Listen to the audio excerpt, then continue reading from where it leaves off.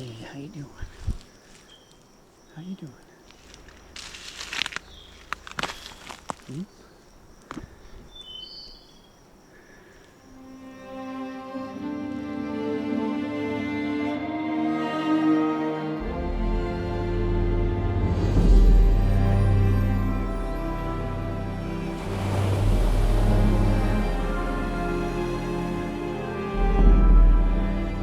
Catalina is one of the 8 Channel Islands. They're described as the Galapagos of North America.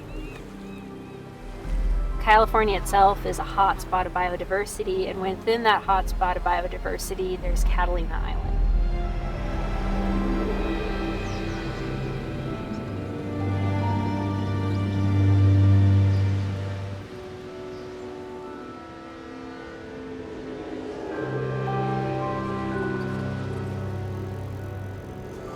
Catalina Island has a mule deer problem. There are too many of the non-native animals eating too much of the native grass. The Catalina Conservancy has a plan to kill all the deer.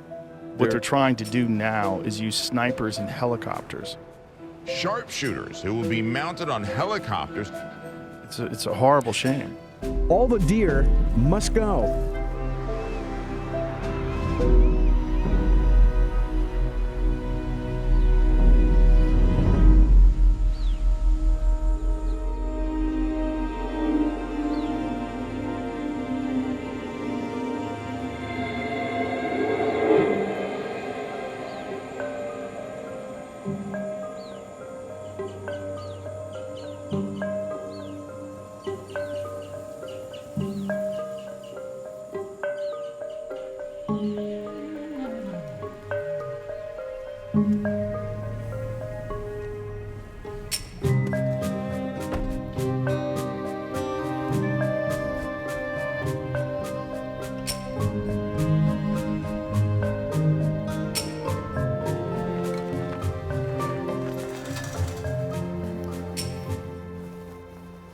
So these are the giant coreopsis plants.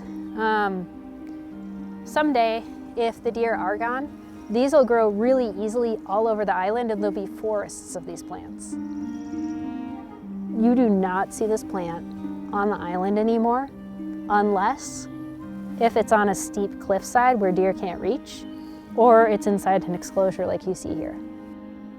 The Catalina Island manzanita, only found on Catalina. You've got chamise. This is the Channel Islands tree poppy. You only find that on the Channel Islands. You've got toyon. You've got some island redberry there. These are both Ceanothus California lilacs, and this is something that evolved on the mainland, and this is something that evolved on the island. And you can see this right here, that's island gigantism. And this plant is what we refer to as deer candy. Relocation has been tried on this island before. In 1947, they aimed to remove about 3,000 deer. They were able to capture 150 only. Why don't you reduce the number of deer? Why don't you just bring it down to 200 deer? It's been tried many times, and the population bounces right back up. That's why we landed on 0 deer.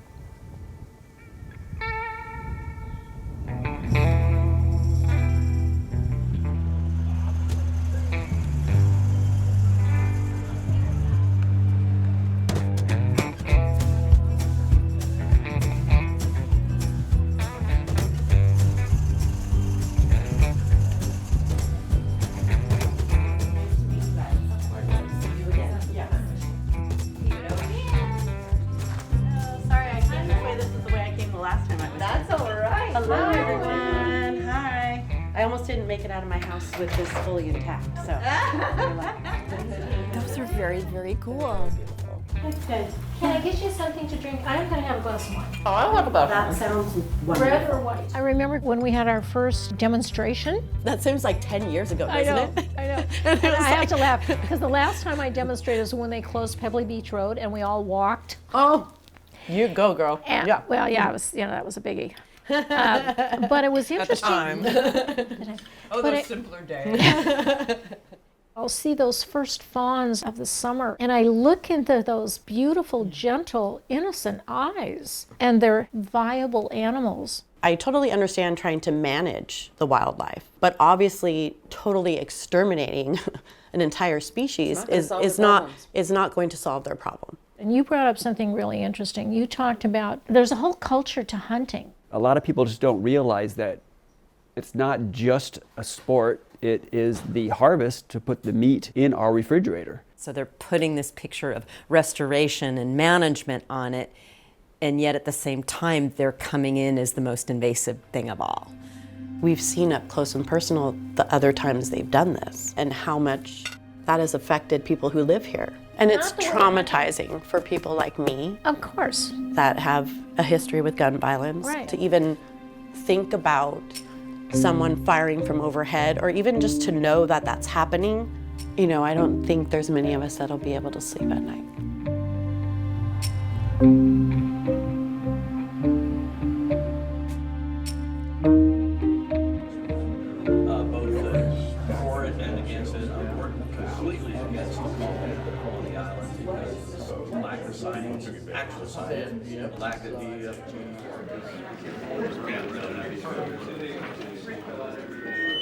Past few decades, rather, I've dealt with thousands of issues that have come in front of this commission, in front of the department. None more controversial or none more higher profile, gaining national and international attention. What started as a grassroots movement among local residents has now grown to more than 15,000 petitioners.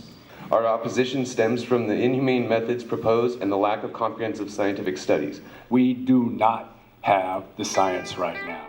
I believe that the greatest risk to the island is actually the Conservancy itself. This permit should be denied. Pastor Lopez, please approach the podium.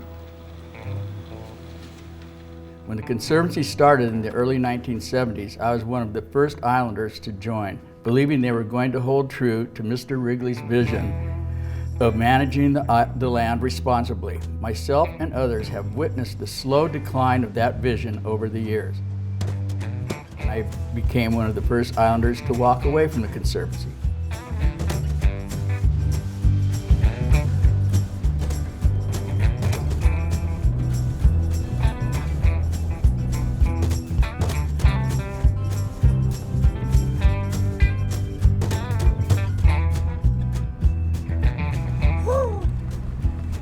It's our home. It's our home. We love this place. We love everything on it. Water all around it. My family arrived here around 1900 up at the Isthmus and moved into Avalon in 1910. I raised 6 kids here. My grandkids are here. So it's a pretty special place. You know, Los Angeles is right there. Millions of people and all the drama going on and all that stuff. And over here, it's just that we're so close, but yet it's a world away. It's a different world.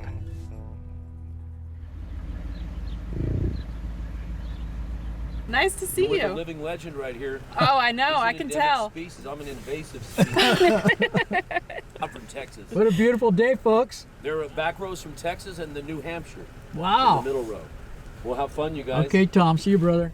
He's a real good guy. They said that this is the most humane option, which is so far from the truth, because when they were shooting the goats back in the 90s, it took, what, 5 to 7 shots? Yeah, some of them were using 12-gauge shotguns and just blasting them. I saw them over here on these hills. My daughter and I were over there when they came in helicopters. I was trying to shield her from seeing the legs getting blown off. They're crawling along on their stumps, screaming in agony. And she said, "Daddy, we got to save them." And I said, "We can't. We got to get off this hill or they'll shoot us too." That's where I was with my daughter. And you're not supposed to hunt too close to the summit where we just were, because Avalon and Hamilton Cove development is right down below. But those helicopters just swept in and were just blasting away in those hills over there. You know, they're professing that there's 2,000 deer running around here right now. Well, we haven't seen one yet.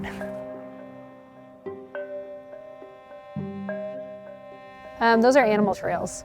So a lot of people will drive across the island and just say, "There's no deer out here, they're liars." But in reality, what deer do during the day is they tend to hide in shrubs and vegetation, and then they come out at dawn and dusk.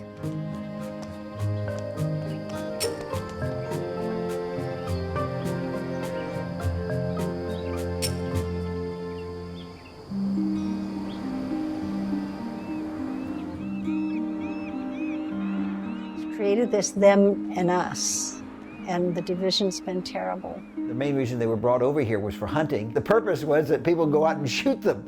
In this case, they're actually getting experts to shoot them, and they would go more quickly. And what I hated was when they called the PhDs, so-called PhDs. And that's the part about science denial. We heard a fair amount of that. To make decisions for the island, one has to be a bit rational, logical. Otherwise, you're making bad decisions. Yeah, I know, but they don't care. And as much as we told them the science and it just explained it, they don't want to hear it. Yeah, unfortunately, you can't have a discussion because, you know, it was just the deer. The only thing they were concerned about. I look at this whole thing as a Venn diagram. There's the people that are for the deer removal, and there's for the deer to stay. And in the middle, there's nothing, no discussion. I could write that in the center, no discussion. The deer are not providing anything to the island habitat. It's my dream for them to be gone so I can start planting my forests. Imagine I could put coreopsis down there too. If they give me that little plot of land for my stuff. You have to talk to the landscape committee. Yeah. Oh, shoot. That's true.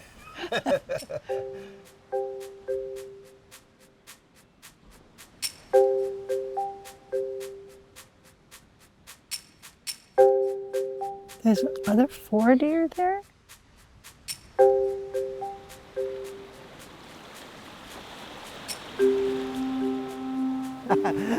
Absolutely amazing, isn't it? They have no control. It's not their choice, the people on the island. I think people will always be sad the deer are gone, but it's really, you can see deer elsewhere, you know, and they didn't exist before. Maybe we'll get that to an idea that they don't need to be here again.